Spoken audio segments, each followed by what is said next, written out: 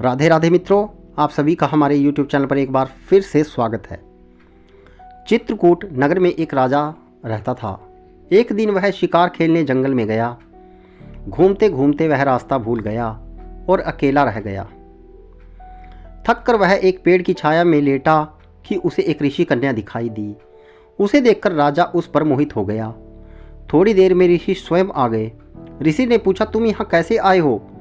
राजा ने कहा, मैं शिकार खेलने आया हूँ। ऋषि बोले, बेटा तुम क्यों जीवों को मार कर पाप कमाते हो? राजा ने वादा किया कि अब मैं कभी भी शिकार नहीं खेलूंगा। खुश होकर ऋषि ने कहा, तुम्हें जो मांगना है मांग लो। राजा ने ऋषि कन्या मांगी और ऋषि ने खुश होकर दोनों का विवाह कर दिया। राजा जब उसे लेकर चला तो रास्ते में एक भयंकर राक्षस मिला। बोला, मैं तुम्हारी रानी को खाऊंगा। अगर चाहते हो कि वह बच जाए तो 7 दिन के भीतर एक ऐसे ब्राह्मण पुत्र का बलिदान करो जो अपनी इच्छा से अपने को दे और उसके माता पिता उसे मारते समय उसके हाथ पैर पकड़ें। डर के मारे राजा ने उसकी बात मान ली।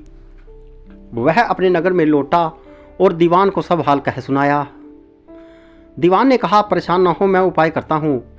इसके बाद दीवान ने 7 बरस के बालक की सोने की मूर्ति बनवाई और उसे कीमती गहने पहनाकर नगर नगर और गांव घुमवाया। यह कहलवा दिया कि जो कोई 7 वर्ष का ब्राह्मण का बालक अपने को बलिदान के लिए देगा और बलिदान के समय उसके माँ बाप उसके हाथ पैर पकड़ेंगे, उसी को यह मूर्ति और 100 गांव मिलेंगे। यह खबर सुनकर एक ब्राह्मण बालक राजी हो गया।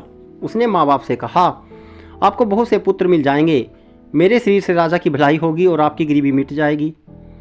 माँ बाप ने मना किया पर बालक ने हट करके उन्हें राजी कर लिया। माँ बाप बालक को लेकर राजा के पास आए। राजा उन्हें लेकर राक्षस के पास गया।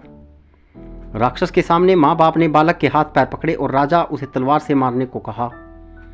उसी समय बालक बड़े जोर से हंस पड़ा। इतना कहकर बेताल बोला, हे राजन, यह बताओ वह बालक क्यों हंसा?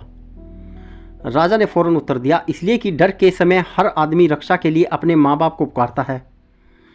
माता पिता न हो तो पीड़ितों की मदद राजा करता है। राजा न कर सके तो आदमी देवता को याद करता है। पर यहाँ तो कोई भी बालक के साथ न था। माँ बाप हाथ पकड़े हुए थे। राजा तलवार लिए खड़ा था और राक्षस भक्षक हो रहा था। ब्राह्मण का लड़का परोपकार के लिए अपना शरीर दे रहा था। इसी हर्ष और अचरज से वह हंसा। इतना सुनकर बेताल अंतर्ध्यान हो गया और राजा लौटकर फिर उसे ले आया।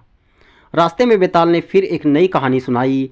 मित्रों, रास्ते में बेताल ने फिर कहानी शुरू कर दी।